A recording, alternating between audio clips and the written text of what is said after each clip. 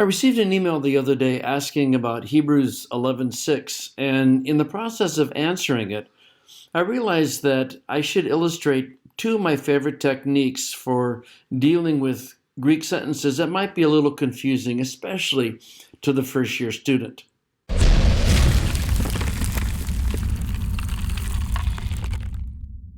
So I go to Accordance and I start with Hebrews 11:6 and I get the text out of it.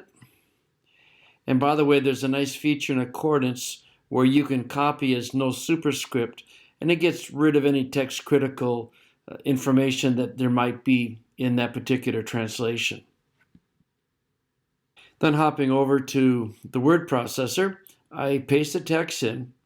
And my first technique is to change the Greek order to English order. I did this a lot when I was teaching Greek so that students could see how the words go together.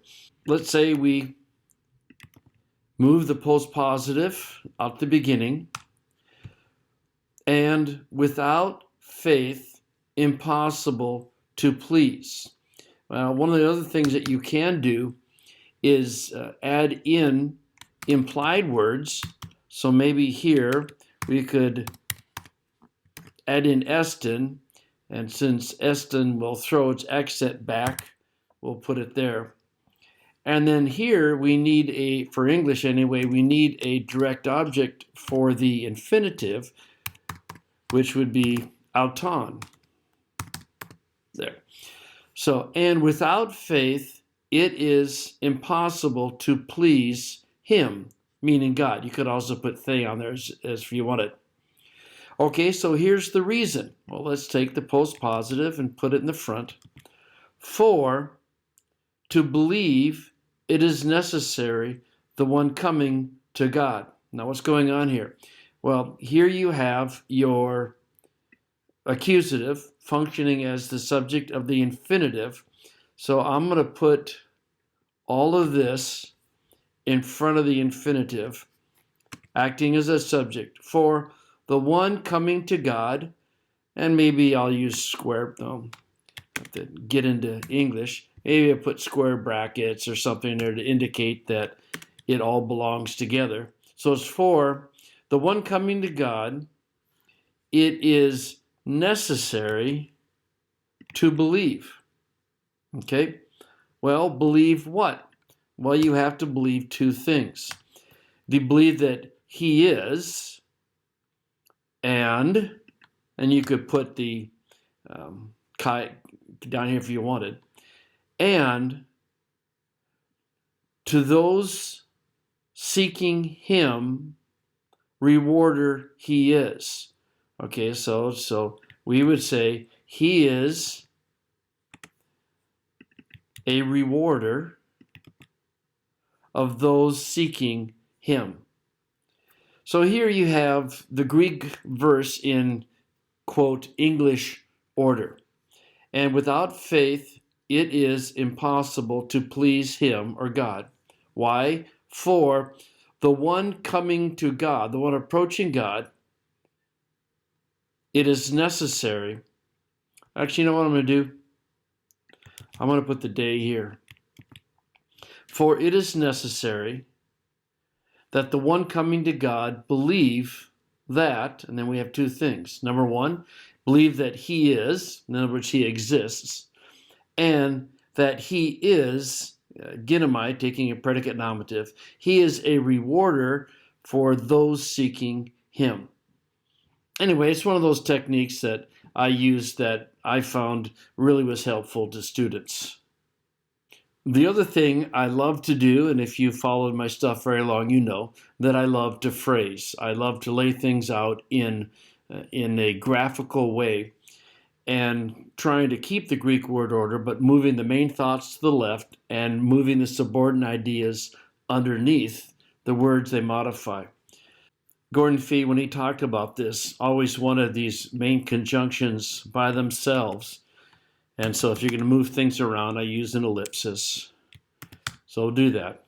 And without faith, impossible to please. Well, that's pretty much straightforward. So there's your main statement. I've never really felt the need to add in the implied words when I phrase, so I'm not going to put it is and him. But, well, why is that true? Well, here we tell. Gar. So we're going to, for to believe it is necessary, the one coming to God. Okay, believe what? Well, we believe two things. That he is, that he exists, and that he is a rewarder of the one seeking him. So what you want to do with these is to indent them, because they are the continuation from the hoti. And when I do things like this, I like, with a conjunction, I like to do something like that to make it really clear. Now this looks like it's a common line here, which isn't good. So you want to make sure that that doesn't happen. So I'm going to bring it in a little further. And the other problem here is that you can't tell that these two conditions are result of the hoti.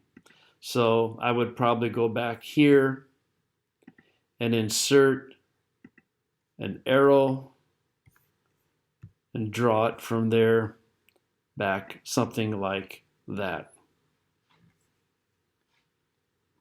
Sometimes too, when you have an arrow, you want to add a little extra space so you can make it clear. But something like that, I think, shows really clearly what the structure is.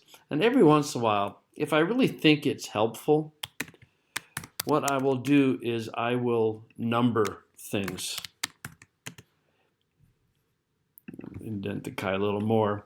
And I put them in curly braces. That's my way of indicating that these things are absolutely not in the text. So